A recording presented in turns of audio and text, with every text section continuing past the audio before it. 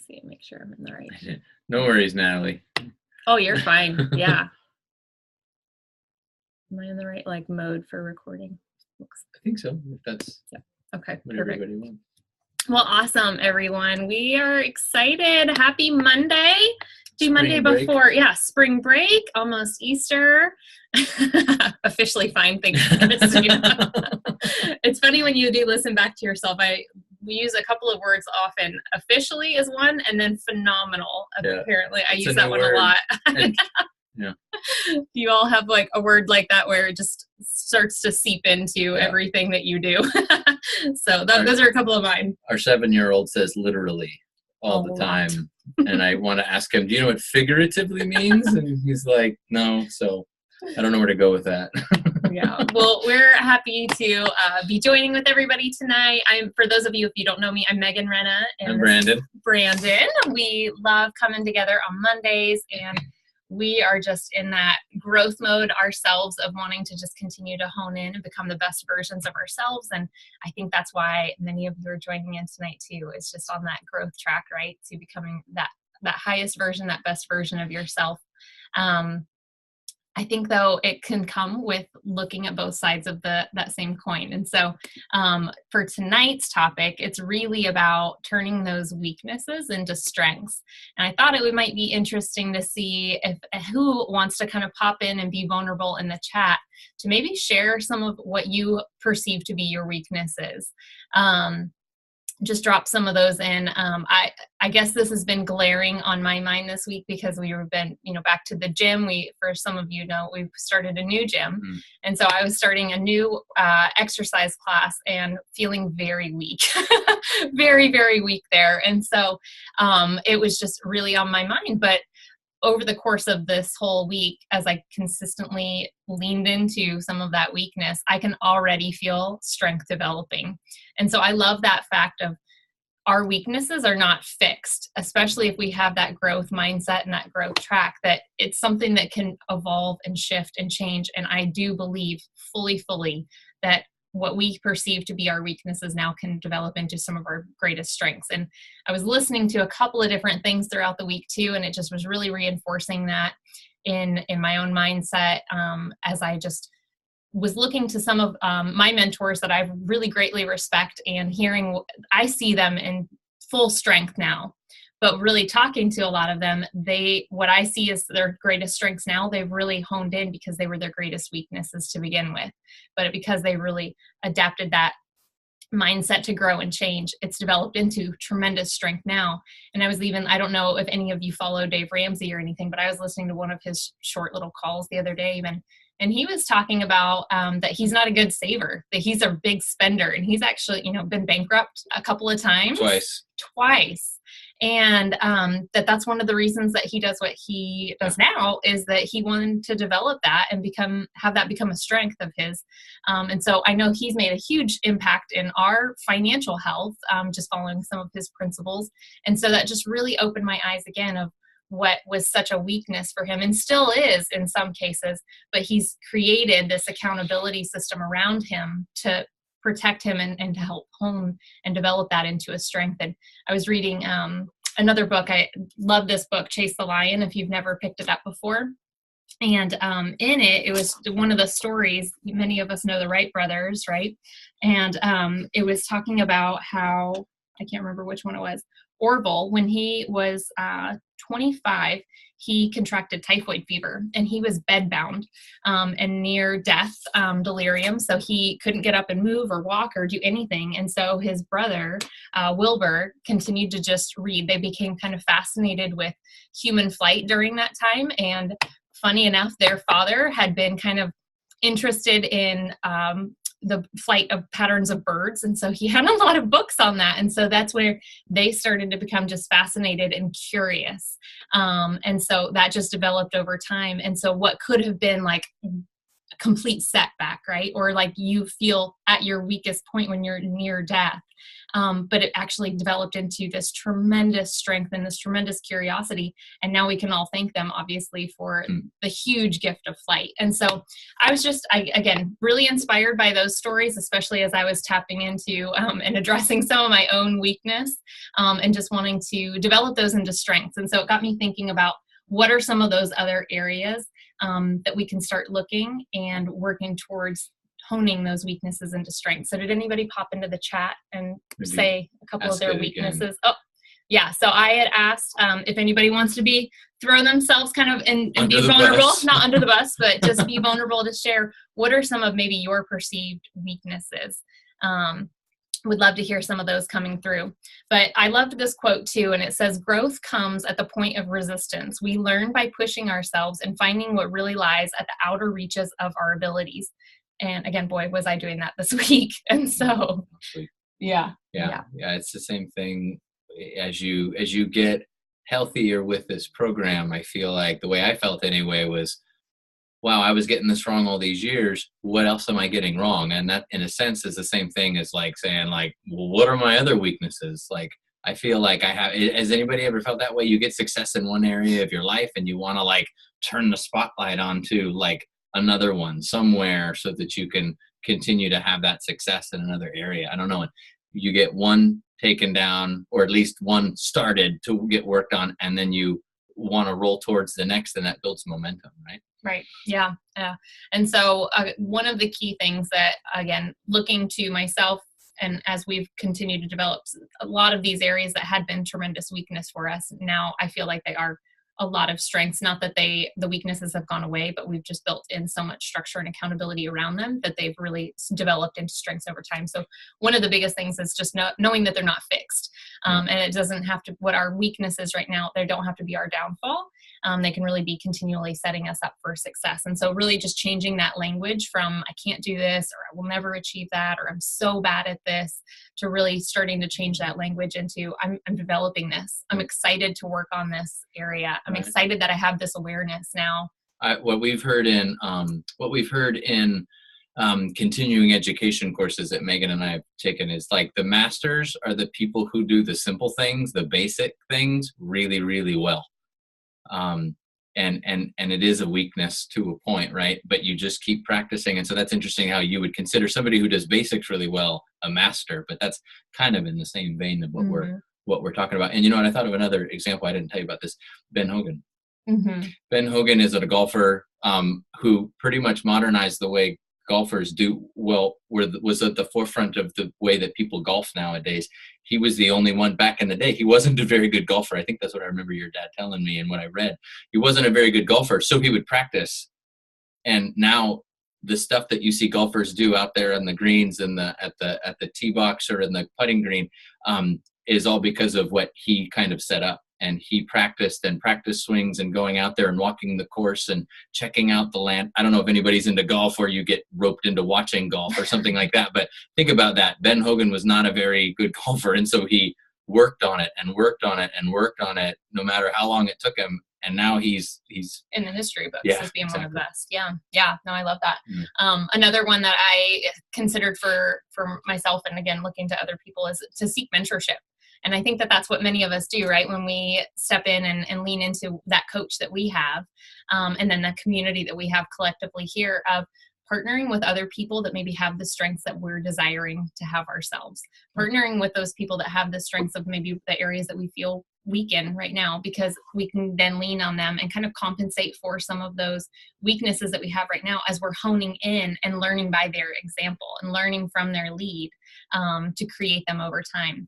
Another big one that we both have been really practicing too is turning towards those weaknesses. I think so many of us, we want to like kind of internally, we're so aware of them, and that's the chatter that's going on in our heads so much.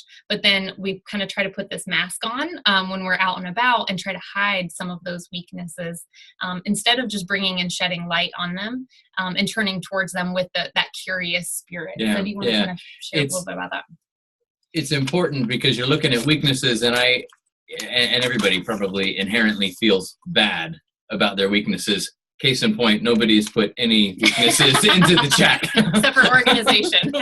I care too much. That's my only problem. One of those, right? This is not an interview style where you're trying to flip it. Procrastination. There we go, Jeff. Awesome. Right, thank you. Somebody. I'm the only one. Yeah. I have a lot. Issues. Oh, there we go. I inherently, somebody was just working on it. Yeah. Awesome, Lauren. We'll read it in a minute. Yeah. I inherently feel bad about those things, which makes me not want to look at them. I don't want to deal with them. And in a sense, I was telling Megan, those weaknesses sort of bar me in. And we're going to get into the like in the jail analogy later on, but that's what it felt like I was in. And so I just felt so bad about it. I never wanted to deal with it. I just wanted to ignore it. And our coach had kind of looked at me and said, like, what if we were just curious about them? What if you forgot all of that stuff? And I think that's why I grew a beard, because I can sit there and I can look at my weaknesses and stuff and kind of go, yeah, let's look at that. And one of the things that he taught me was to get out of that is, I don't know, when you guys maybe could relate, like when you're in the throes of a craving in terms of food and you want to eat something and we teach you stop, challenge, and choose. Well, it's the same sort of thing with the thought where it's like, my body's telling me that I want this cupcake, but I know I have plenty of nutrition in me right now. Is that true that I need that cupcake? And for me, it was like my body is trying to tell me that this weakness, I should feel bad about this weakness. I should feel bad that I have a weakness in general, and I should be ashamed of this weakness. Is that true? Like, am I all bad? Is that true? And doing that takes you out of that part of your brain that you're using to think about, well, in the case of a craving or an impulse, it takes you out of that and puts you into more conscious thought, and it kind of rips your thought out of there, and you're at least fighting with the full deck at that point. You're not just giving in to the impulse, you're thinking about it, and that changes your brain chemistry. That's what I wanted to say. Yeah, it changes takes you out of the fear-based, like reactive mode that so many of us can go into, and really putting yourself more into what we've kind of heard over the years of like becoming like a scientist or becoming a detective of your own thoughts, of your own perceptions, of your own weaknesses, and then becoming instead like really curious and really interested and almost anticipating like the next data or the next information to come, because then you get to kind of analyze it and view it from that observer's perspective rather than that reactive mode inside it. Right. And it takes some discipline, and I failed at it a long time, but you get yourself out of that, and then now I'm at the point now where I feel like I'm running at these weaknesses to see what they're about. Like I'm putting myself intentionally into the situations where I'm weak and go, why is that? And I don't get upset about it. And so, if that gives anybody hope at all, but it's not going to help you if you have all of these reactions to it. It's not going to make you go after them and try to change them. But I love that detective analogy, because you're just inspecting all the different things and you're really figuring it out. And that's a much better thought process than all the other thought processes of like how I don't want to deal with this and how you just stay in this little jail cell. For sure. Yeah. And so it comes from kind of asking different questions too, right? Because that's what a lot of scientists and detectives do, is they ask a lot of great questions. And so a couple that I wrote down was, where's this feeling coming from? Why am I caught up in this behavior? And how do I want to react differently? How do I want to develop this instead? The next kind of highlight and point that we wanted to say is to overwhelm your weakness with your strengths. And I know for me, this was a big area because I grew up, I was surrounded by a lot of people that had very tangible gifts, a lot of people that had very tangible strengths that I could see. And I felt like really low on the totem pole with this. I didn't know what my own strengths were. And so this was a book that I actually went through in college, and it was for the first time, it came with a code in the front of it. It's called Strengths Quest. And it came with a code where you got to kind of take one of those strength finders. And so it gave me this output of like, some of my top strengths were that I'm a learner, I'm an achiever, I'm empathetic. And so all of a sudden for the first time in my life, I felt like I had these tangible strengths that I now know that for me, if I have my top one as a learner, like I can like take that and run with it and become a student of life. I can then become where I felt I had, some of you know my story. I grew up in North Carolina with like the unhealthiest of eating habits. I grew up with, if there was a vegetable, it was canned. It was canned and soggy and terrible. And so I hated that, but I wanted to become a student of healthy eating. And so that's what I started to tap into and grow into.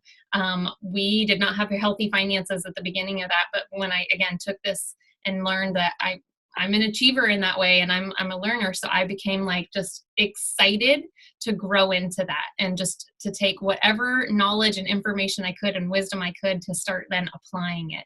And so again, this was just something that was really eye-opening for me. And so it doesn't have to be this one for you, but tap into, oh, thanks, Kristen. How do you say that? Enneagram?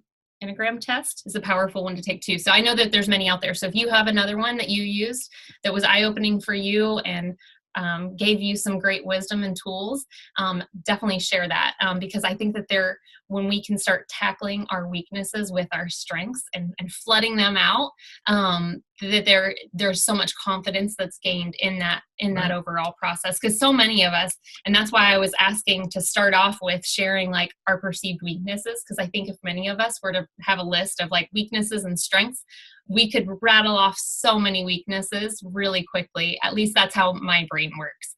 I can go and just be very critical of myself and really find fault, really find criticism. But when I have to then consider what my strengths are, and that's why I wasn't good in the interview process of different jobs and things, because I was overwhelmed with my weaknesses.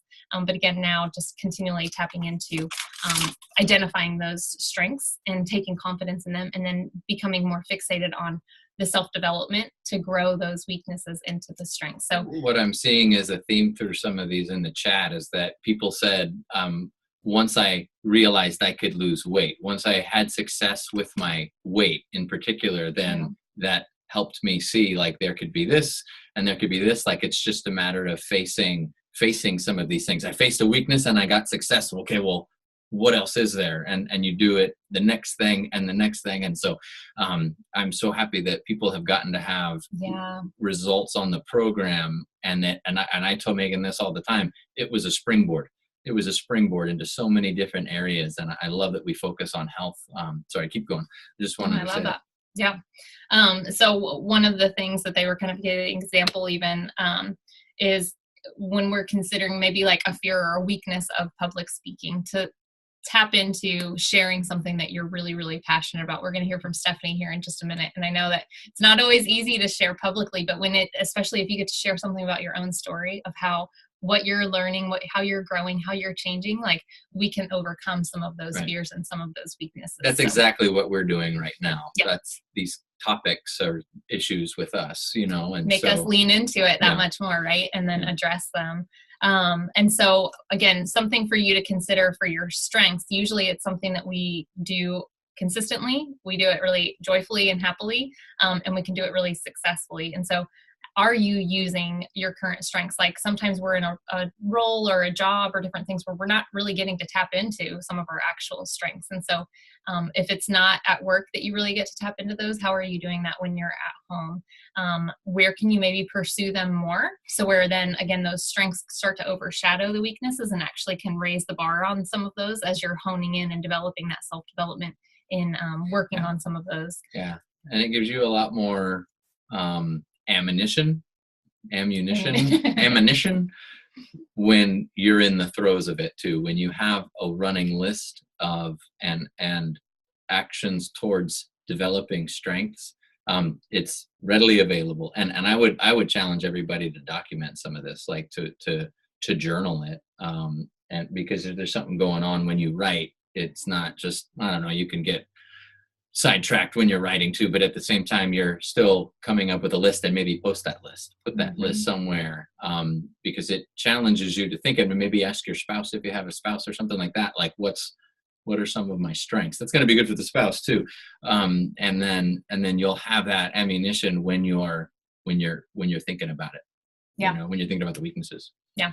And then another quote that I found that I really loved is, because your weakness is something to do, then it's something you can do something about. Yeah. And so again, I just love that of knowing that you can hone this and Right. develop this. And for us, I really stopped to think, and that's one of the biggest things I loved about the program, is because it helps you work through that healthy body, that healthy mind, and healthy finances. And if I'm honest, I felt so weak in all of them. If you've not taken the well-being evaluation, ask your coach for a copy of that, so you can take that. That's a great place to get really clear on your current reality. And that's hard to take sometimes, but it's very necessary starting point. Exactly. And so I remember taking mine, and my score was so low. And it was, again, humbling to see that, but also to know that, like, I was already, by choosing to start the program, I was making progress and forward momentum. And so that gave me a lot of confidence. But I also that's one of the biggest reasons that we are so thankful now, that because I felt so weak in some of those areas and did start to address them and did start to become just that student of life, like I was saying. But we also, and much like Dave Ramsey did, where you create this army around you of other people that are like-minded, that are growing. And the more that, for me especially, and I know for many of us, if you can start teaching someone else the things that you are learning, the more it is honed in on you, and those weaknesses will develop into strengths too. So really consider for yourself, whether it be that you're going to pay this gift forward and, potentially join our coaching family, our coaching team, to help more people as you're working on developing those strengths, while leaning on your mentorship as you're developing those muscles, or just whatever aspect you can do. How are you going to create an army around you, a healthy bubble around you, so it is impossible to move backwards? How can you develop and hone in more accountability in those areas? And everything we're saying, you got to know that if you don't know it already, it's built into this program. If that's something you're just becoming aware of, the Bio Network, the Healthy Huddle that we're doing right now, all of the the Habits of Health calls, the fact that you guys can call nutrition support, all of these are resources. You have an army already in place, if you use it, if you choose to use it. Absolutely. If you don't, then it's not easy. It's not easy. And if you're on 5-in-1 right now, it's pretty easy because you just have to eat what you've been given. But later on, from two people who've maintained this for almost 4 years now, over 4 years, it's the community that keeps you involved, and always this is on your radar if you have that healthy community. So just food for thought. Absolutely. Yeah. And the one last thing that we just kind of want to end with, there was this powerful picture that I saw going around for a long time, and it showed a lion, and it said, "We're all living in cages with the door wide open." And I think for so many of us, those bars are our perceived weaknesses. Those bars are our fears of stepping out. But how can you, choosing today, step out of that cage? You don't need to live in that cage anymore. Not in this country, because you have all the opportunities at your whim, really. And I just can't say this strongly enough, like, just to encourage you are empowered. All of these things that we're talking about is what you've been using to disempower yourself that you may not have known about, but you can flip the switch and turn it into a positive thought, which turns into a positive talk, to positive action, to positive results, and then around and around it goes. So I just want to see everybody succeed. So yeah, absolutely. We're going to wrap up here tonight with Stephanie. Do you mind popping off mute real quick and sharing your personal health journey and testimony with us? Okay. Hi. I'm Stephanie. I just wanted to share one of my weaknesses, or one of the things I'm working on. And it's kind of funny because actually it's quite a few years ago, my health coach said to me, even before she was a health coach, so it was definitely natural in her, I had really bad back pain and after my second child. And she said, "Do you think it might be stress?" And I was like, "No, it's not stress. I'm not that stressed. I'm staying at home with my kids. I'm not working. I don't think it's stress." Well, several years later, it definitely was stress, because all the tests came back, "You're fine, you're fine." But the pain was real, and thankfully the pain is no longer what it was and all of that. But my point is that I was so unaware of my stress. And even on this journey of doing the program, you know, overall, I would say my problem is not eating healthy, or my diet was not that far off of what the recommendations are. My problem is really the stress and handling it in a healthy way. And so that's my weakness, and that was never modeled for me. So the family I grew up in, if we did eat vegetables, there was like a pound of butter all over them. But basically, you know, the stress was handled either through eating sugar or by drinking alcohol. So I kind of learned that's how you handle your stress. You eat it or drink it. So anyways, that's been my big thing, is I'm good on the day-to-day, but when I get stressed, I don't naturally go for the vegetable. So I've actually been trying to tap into one of my strengths, is that I like to work out, and I've always been an athlete. And my health coach pointed that out to me, was that when you're stressed, why don't you turn to Pilates or working out? And so that's what I've been doing, and I've been making a lot of progress with that. And so I just want to say thank you to my health coach for helping me become more aware and do the whole stop, challenge, choose, that whole deal that I was blissfully unaware. I guess I wasn't really that blissful.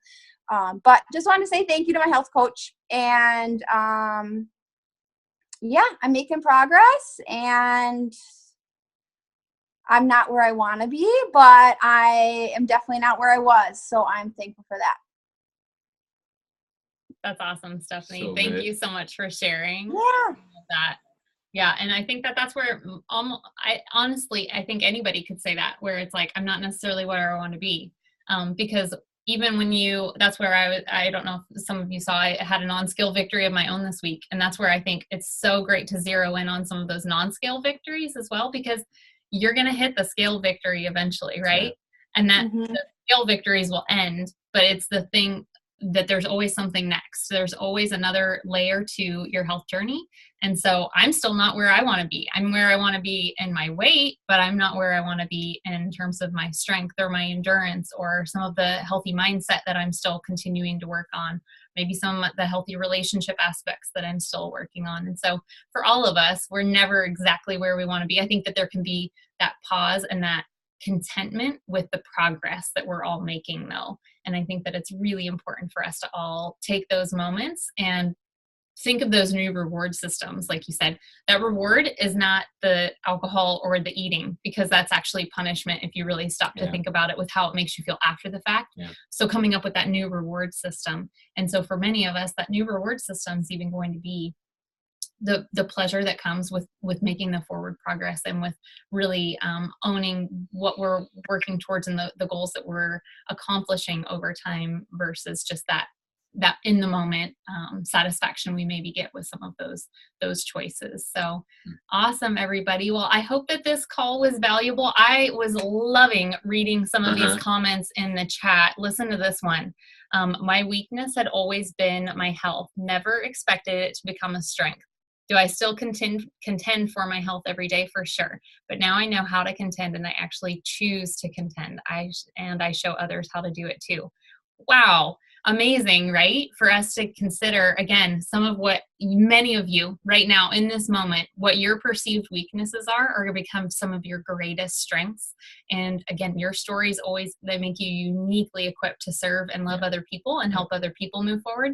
And the more that you can help somebody else, and again, even if it's to teach maybe your kids something that you're learning out of the Habits of Health book, maybe something that you learned from this call tonight, teach somebody else, teach a friend, teach somebody. I want you to maybe consider, for me, when I first was kind of looking at growing and working on shifting these weaknesses into strengths, I thought of one person from every single sphere of my world. So like my mommy friends, or my church friends, or people that I was working with, or a family member. And I wanted to teach one person or help one person from each of those kind of core groups, because I knew that they would have my back and I would have theirs. And we would be in that growth together.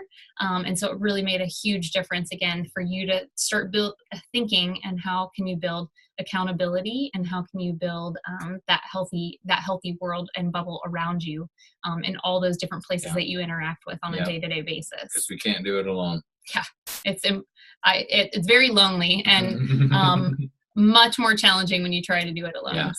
There's a lot of